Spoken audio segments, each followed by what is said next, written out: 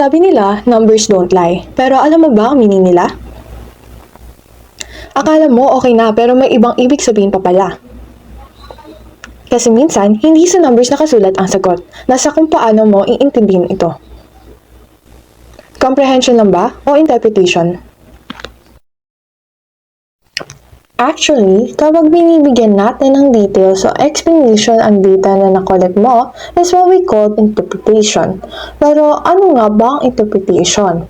Ang interpretation ay yung stage kung saan tinitingnan at ina-analyze natin ang collected data para maintindihan kung ano talaga ang ibig sabihin nito. Hindi lang ito basta pagbasa ng charts o pagtingin sa numbers. It's about understanding the explanation kung paano lumabas ang data na yon. Dito natin malalaman kung bakit may ganitong resulta, ano ang sinasabi nito tungkol sa behavior ng customers, at ano ang susunod na action na dapat gawin. For example, kung biglang tumaas ang sales mo sa pagbebenta ng clothing line, hindi lang sapat na sabihin, ang galing, success tayo. Kailangan din nating intindihin bakit kaya. Dahil ba sa promo natin na buy one take one? Sa bagong ad campaign through TikTok trend? O baka may nagbago sa gusto ng mga customers?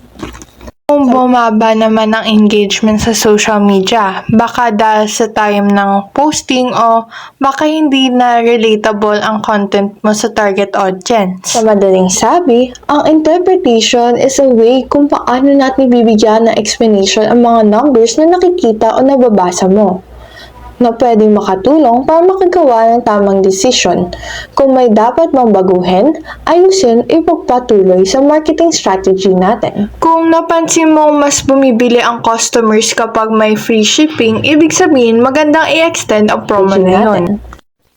Paano nga ba siya nangyayari? Simple lang, it works by organizing and examining the data sa iba't ibang methods tulad ng analysis tools, visualization like MS Excel, visualization such as graphs, and lastly, comparison tulad ng pagko-compare sa benta mo last month at this month. At syempre, pagkatapos makikita mo agad ang information na pwede mo magamit sa insight. Like, anong products ang pinakamabenta? Anong type ng advertisement ang pinaka-effective? At anong improvements ang mga pwede mong gawin? Sa business setting, pwede mong i-compare kung alin sa dalawang branches ang mas malakas ang sales at alamin kung bakit. Baka dahil sa location o dahil mas active sa promotions. Ngayon na alam na natin kung paano siya gumagana, hindi pa dyan nagtatapos dahil meron pa siyang types. Tama ka lang narinig, dalawang types, ang quantitative at qualitative. Unahin natin yung quantitative interpretation. Ito yung type ng interpretation na nakabase sa numbers and measurements. Dito, pumapasok yung mga sales statistics. Ibig sabihin, mga data tungkol sa kung gaano karami ang nabenta at magkano ang kinita mo. Kasama rin dito ang engagement rates o yung kung gaano karaming taong nakikipag-interact sa isang post o ad tulad ng likes, shares, o comments. Sa madaling salita, nakafocus siya sa mga numbers at measurable data. For example, kung gusto mo malaman kung alin sa mga product mo ang pinakamabenta, tinitignan mo yung data kung ilan ang nabenta, gaano kalaki ang kita, o ilang percent ng customers ang bumibili. Sa ganitong paraan, mas madali mo makikita ang pattern o trend sa data. Kung sa fitness app mo, napansin mo maraming users ang tumigil mag-log ng workouts after 2 weeks, makikita mo agad sa numbers kung kailan nagsimulang bumaba ang activity. That's quantitative interpretation. Ngayon naman, punta tayo sa qualitative interpretation. Ito yung type ng interpretation na hindi nakabase sa numbers, kundi sa mga opinion, reviews, at feedback ng mga tao. Dito natin naiintindi kung ano ang nararamdaman, gusto, o dahilan ng customer sa likod ng kanilang actions.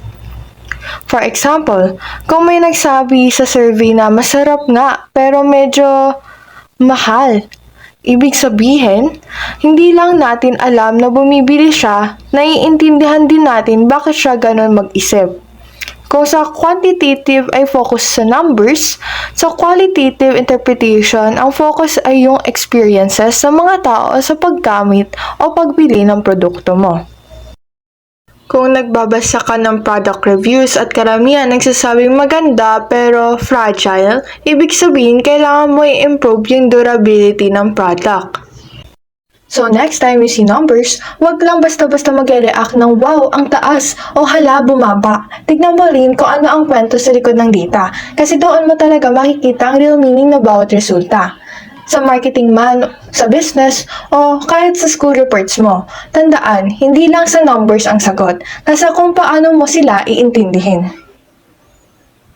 Kaya ready ka na ba mag-interpret ng data?